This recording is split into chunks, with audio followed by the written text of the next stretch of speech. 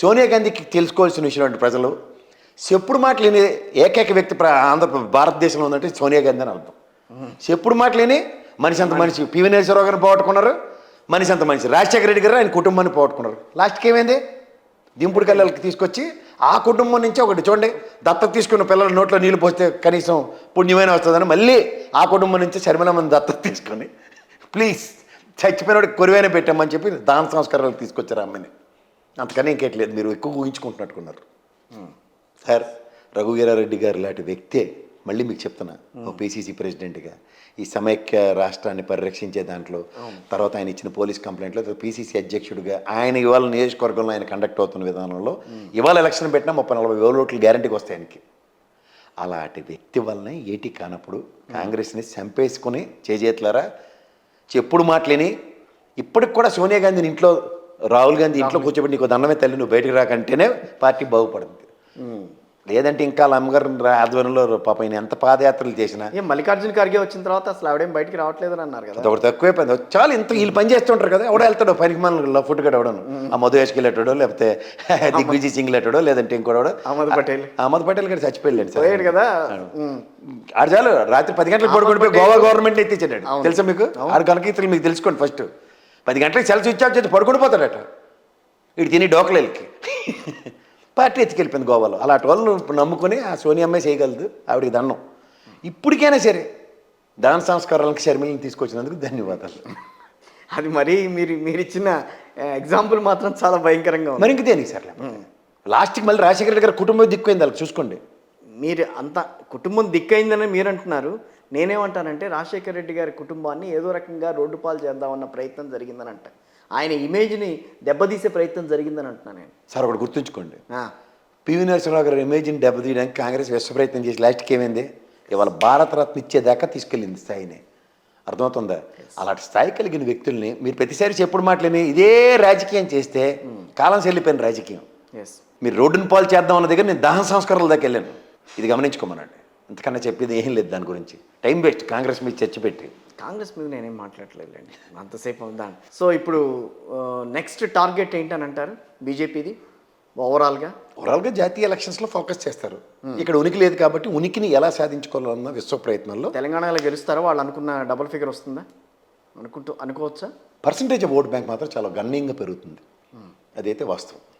రేవంత్ రెడ్డి గారిని కాదని ఈ రోజున అంటే ఆ కాంగ్రెస్ పార్టీ ఏ రకంగా ముందుకెళ్తోందన్న విషయం మీద దాన్ని పక్కన పెట్టేసేసి బీజేపీకి వేస్తారా ఓటు?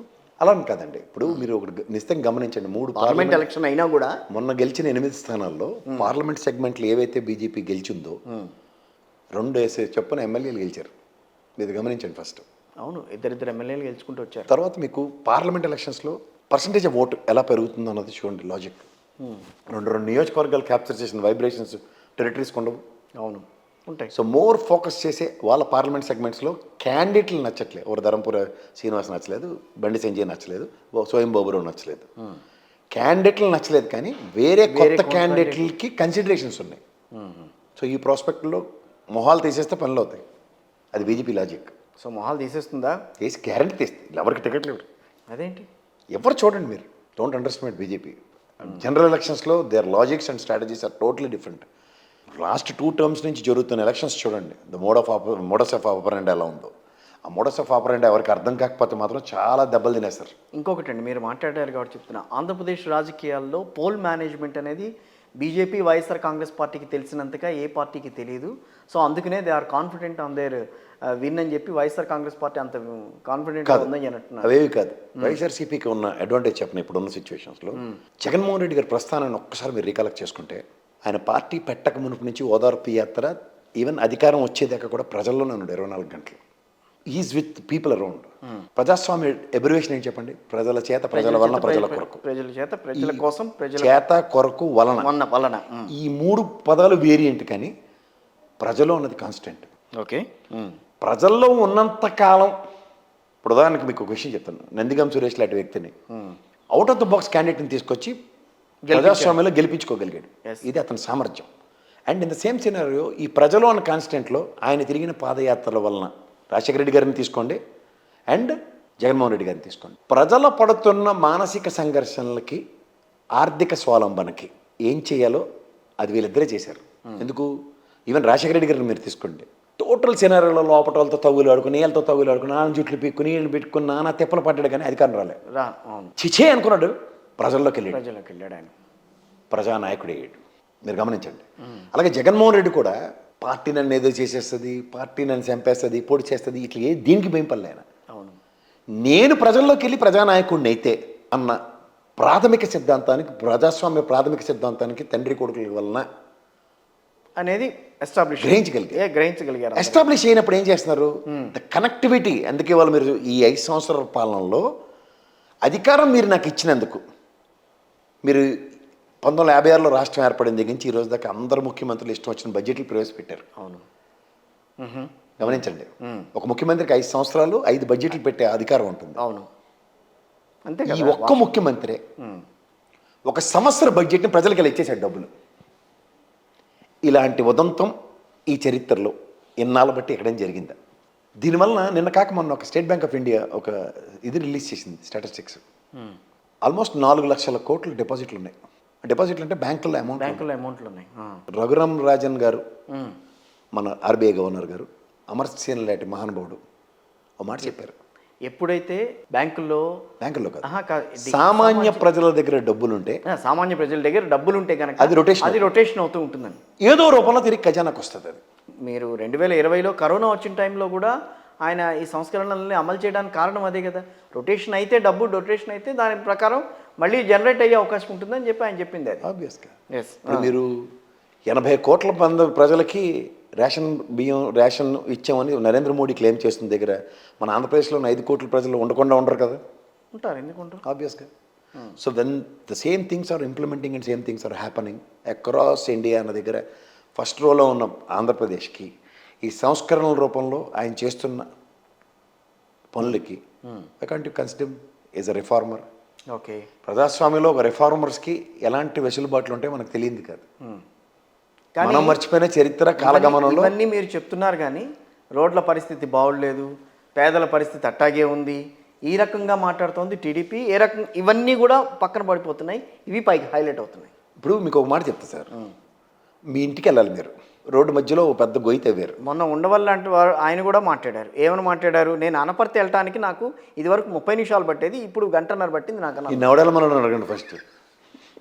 పని పాటు లేకుండా ఇంట్లో కూర్చో రాష్ట్ర విభజించి ఒక చేతులు మనల్ని మోసం చేసేదాకా నిద్రపోలే కదా. ఇప్పుడు నీకు అనపర్తి వెళ్ళి అంత వ్యాపారం ఏం లేదు, కానీ ఇక్కడ కూర్చొని పత్తి వ్యాపారం ఇక్కడ చేసుకోమని చెప్పండి. కానీ మీకు ఒక విషయం చెప్తా, అందుకే నేను చెప్తాను చూడండి. మీ ఇంటికి వెళ్తున్న తోవలో పెద్ద గొయ్యి తవ్వారు. గొయ్యి తవ్వారని తిట్టుకుంటూ ఇంటికి వెళ్తారా? వేరే రూట్ చూసుకుని వెళ్తాం. లేదంటే పక్కోడు కాంపౌండ్ వాళ్ళు గెంతి అందులోంచి బయటకు వచ్చేనే వెళ్తారు. వెళ్తాం. ఇంటికి వెళ్ళగానే మీకు అన్నం ఉందనుకోండి, గొయ్యి సంగతి ఆలోచిస్తారా? మీ ఇంట్లో మీ అమ్మగారు లేకపోతే మీ భార్య వండిన మంచి కూర గురించి ఆలోచించి అన్నం తిని పడుకుంటారా? మళ్ళీ రేపు పొద్దున్న మీరు వస్తున్నప్పుడు మళ్ళీ గొయ్యి ఉంది, దిక్కుమాల గొయ్యి చచ్చినట్టు నేను గోడగంతి వెళ్ళాలి, కారు అక్కడ పెట్టాలి, అంతే కదా. అంతే. అది మీకు లైఫ్లో ఎంత టైం ఆఫీస్కి వస్తారు, మళ్ళీ ఏం చేస్తారు? పని చేసుకుంటారు. అంతే. ఇంటికి వెళ్ళినప్పుడు మళ్ళీ గుర్తొస్తుంది, అది ఉంటుంది. అది ఎంతసేపు ఉంటుంది బుర్రలో? మీకు చాలా లిమిటెడ్ పీరియడ్ ఉంటుంది. కానీ మీ మిగిలిన ఫోకస్ అంతా దేని మీద ఉంటుంది? ఇంట్లో ప్రాపర్ ఫుడ్, మంచిగా నిద్ర పడడానికి అండ్ ఆఫీస్లో పనికి. ఇంత తక్కువ టైం కోసం ఇంట్లో ఫుడ్ లేకుండా చేసి, మీకు ఆఫీస్లో ఉద్యోగం లేకుండా చేసి రోడ్డు వేసి కూర్చున్నాను అనుకోండి, ఏం లాభం? ఆలోచించండి మీరు. లాజిక్ బాగానే ఉంది, నేను ఇంకొక లాజిక్ తీస్తాను, తీయండి. ఇప్పుడు రాజశేఖర రెడ్డి గారు పాదయాత్ర చేశారన్నారు, వైఎస్ జగన్మోహన్ రెడ్డి గారు పాదయాత్ర చేశారన్నారు, ప్రజల మనిషిగా ముందుకు వచ్చారని అన్నారు. షర్మిల గారు కూడా పాదయాత్ర చేశారుగా, 3300 కిలోమీటర్లు, 3200 కిలోమీటర్లు పాదయాత్ర. ప్రపంచంలోనే ఏ ఆడపిల్ల చేయనంత యాత్ర ఆవిడ చేశారుగా. మరి ఆవిడ్ని కూడా ఒక సాహసికురాలుగా ఆవిడని తీసుకురారా ఈరోజు ప్రాజెక్ట్? ఎజెండా ఇదండి మీ ఎజెండా ఏది? దాంట్లో ఎజెండా ఏం లేదు కదండి మీ ఎజెండా. ఆవిడ 2 పాదయాత్రలు నేను డిస్క్రిమినేట్ చేస్తాను కదండి. ఒకటి ఆంధ్రప్రదేశ్లో జగన్మోహన్ రెడ్డి గారి ప్రభుత్వం రావాలని పాదయాత్ర కంటిన్యూ చేసింది, ఓదార్పు యాత్ర ఏదైనా. అక్కడ వచ్చింది, మోటో ఇస్ జస్టిఫైడ్. తెలంగాణలో ఓ పార్టీ పెట్టింది, పాదయాత్ర చేసింది, తెలంగాణ సమాజంలో ఈ ప్రభుత్వం మార్పు కావాలంది, అది కాంగ్రెస్ అయింది. ఇంకేం కావాలి ఆవిడకి? ఇప్పుడు ఆవిడకి స్వార్థం వచ్చింది. అది నేను అనేది, అది ఏ స్వార్థం?